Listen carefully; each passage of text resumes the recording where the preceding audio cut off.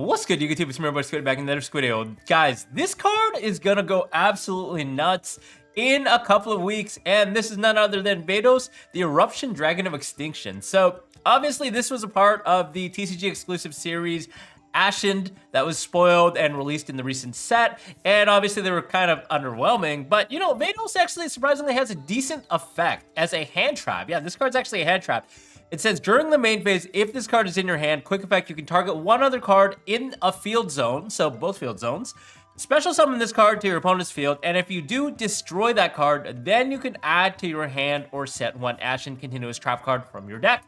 Also, it has an additional effect where if this card is sent from your opponent's field to your graveyard, you can destroy all monsters on the field. So it becomes like a dark hole when you get rid of this.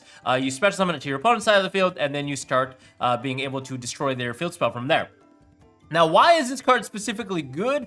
Well, it's about to be good because the prevalence of field spells, and especially in these upcoming decks that are actually really threatening to the metagame, there is, for example, the TENPAI Dragon. So these are a battle phase centric deck that basically does a bunch of stuff in the battle phase, including synchro summoning for huge monsters, and then from there they can actually make a Trident Dragon and attack multiple times, dealing over 30,000 damage. Yeah, 30,000 damage is possible.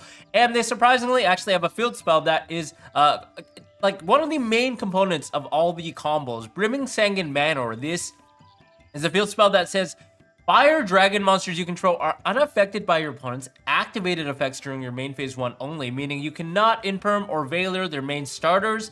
And then in addition to that, during your main phase, you can add one TENPAI Dragon monster from your deck to your hand, then discard one card. So this is one of their main searchers as well that allows them to basically bridge into the missing names that they have to assemble to start synchroing and start doing their full combo. And obviously having access to the TENPAI Dragon Baidora, which is one of their main starters that allows them to actually search for an additional Sanguine Spiral Trap, which includes the field spell. Now, it means that you have to get rid of the field spell in order to stop a lot of the combo, which is why a lot of players are actually siding Ghost Ogre and Snow Rabbit in the OCG, because the trigger effect, or the ignition effect rather, of the Brimming Sanguine Manor actually does activate, so Ghost Ogre will be able to deal with that. But obviously, confident players are not going to use that effect right away. Instead, they're just going to put the field spell on the field and then make usage of that effect that allows you to protect your fire dragon monsters from activated effects by your opponent, right? So that kind of makes it so Ghost Ogre is not useful until they choose to use the effect.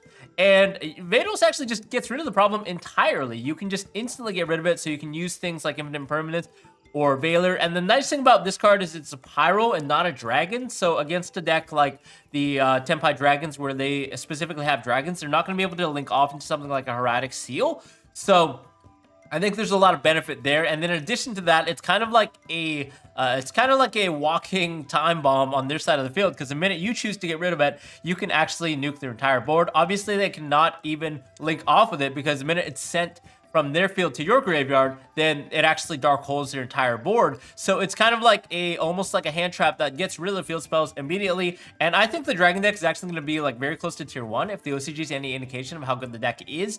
They're actually doing very well in that metagame, specifically being to OTK and do all these crazy shenanigans. And the deck is just very toxic because you just get OTK'd. But that's not all. There are other field spells in the metagame that are coming up. For example, Nightmare Throne. This is an upcoming card in Legacy of Destruction for YUBELs. Yeah, you guys, surprisingly, YUBELs are actually a somewhat meta-relevant deck in the OCG. These guys are basically Dark Fiend types, and you guys already know there are a bunch of existing Dark Fiend types that allow you to do crazy shenanigans. For example, we already have Dark Beckoning Beast, which allows you to take advantage of normal summoning an additional fiend monster with 0 attack or defense, and better yet, all of this can actually be paired with the Unchained engine. Unchained Soul of Shavara is obviously at 1, but that doesn't stop YUBEL from benefiting from it, because these guys spam the board with a bunch of YUBEL related cards that are all fiends.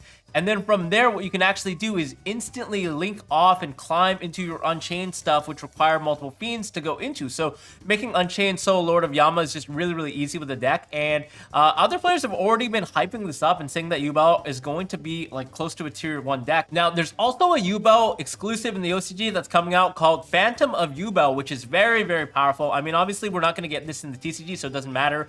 Immediately, for the argument to play Vados, but it's just interesting to note that YUBELs are actually getting some support. But that being said, I still think the deck is going to be playable in TCG just with the Unchained stuff, with the engines that they have already, because off of one Nightmare Throne, you can basically set up Unchained Lord of Yama. This card says when this card is activated, you can take one Fiend monster with 0 attack or defense from your deck and either add it to your hand or destroy it, which basically means that you can search for any YUBEL in the entirety of the game that has 0 attack or defense and pop that. And then from there are a bunch of YUBEL related extenders that allow you to just spam the field with Fiend monsters. So the existence of this card specifically, I think Vados will definitely help. It's kind of a roguish deck that will somewhat be relevant.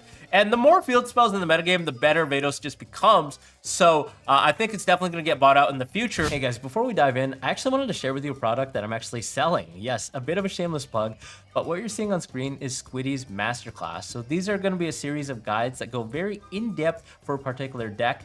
And this one that I've completed so far is the Snake Eyes Fire King. You can see here we talk about deck building, going into the optimal end boards, playing into Handtrap. So basically every Handtrap where you get hand-trapped at a certain choke point, we're going to talk about, and some general tips about the deck. We go very, very detailed. We included a bunch of replays from Dueling Book actually embedded here, so when you get hand-trapped at a certain location, what you're supposed to do to adapt, and then the best ways that you can actually play into those hand traps.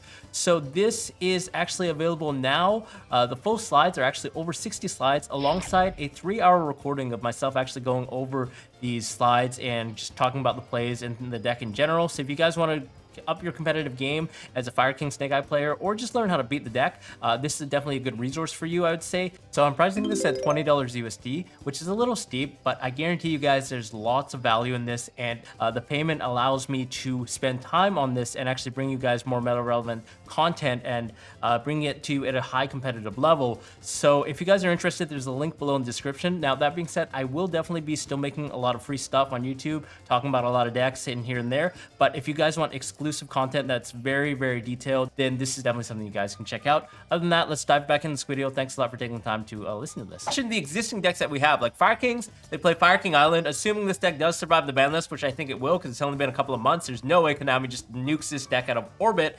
And since people are actually deciding to forego Sanctuary now for whatever reason, I don't know. Personally, I'm still playing it, but everyone says it's a brick.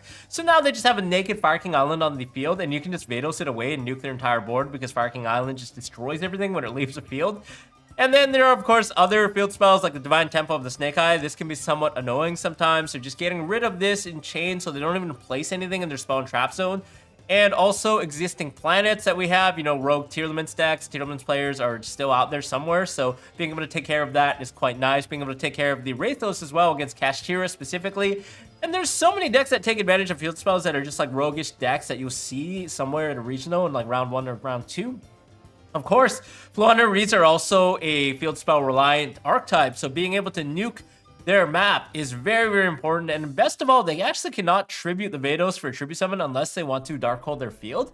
So yeah, this is the type of card that I actually really like. How number one, it summons to your opponent's side of the field, which occasionally would be a drawback for you, but the fact that it has Dark Hole-esque effect when it does leave the field makes it so much better that it's just like, oh, okay, so they can't actually use this to their advantage. And that's not even talking about the upcoming support for the Ashen stuff, because from what I heard, we're actually getting some new Ashen cards in the new set that's probably going to make them a little better. Usually the first wave is just like, you know, they're somewhat not really playable, they're just kind of cool to look at. And then the second or third wave, they do actually get some cool support cards. You guys remember cards like the Gold Pride? They got some new stuff in the second wave. And I'm fully expecting us to get some new stuff, even for the hype. Even if the cards are not good, people will be hyped and start buying this card out. In addition to it actually being good against field spells, it's sitting around $15, $20 right now, which is, I guess, makes sense because people are actually anticipating more Ashen support. But I just wanted to bring the awareness to you guys that there are a lot of field spell related decks coming out, and Vados might actually be the answer to these decks.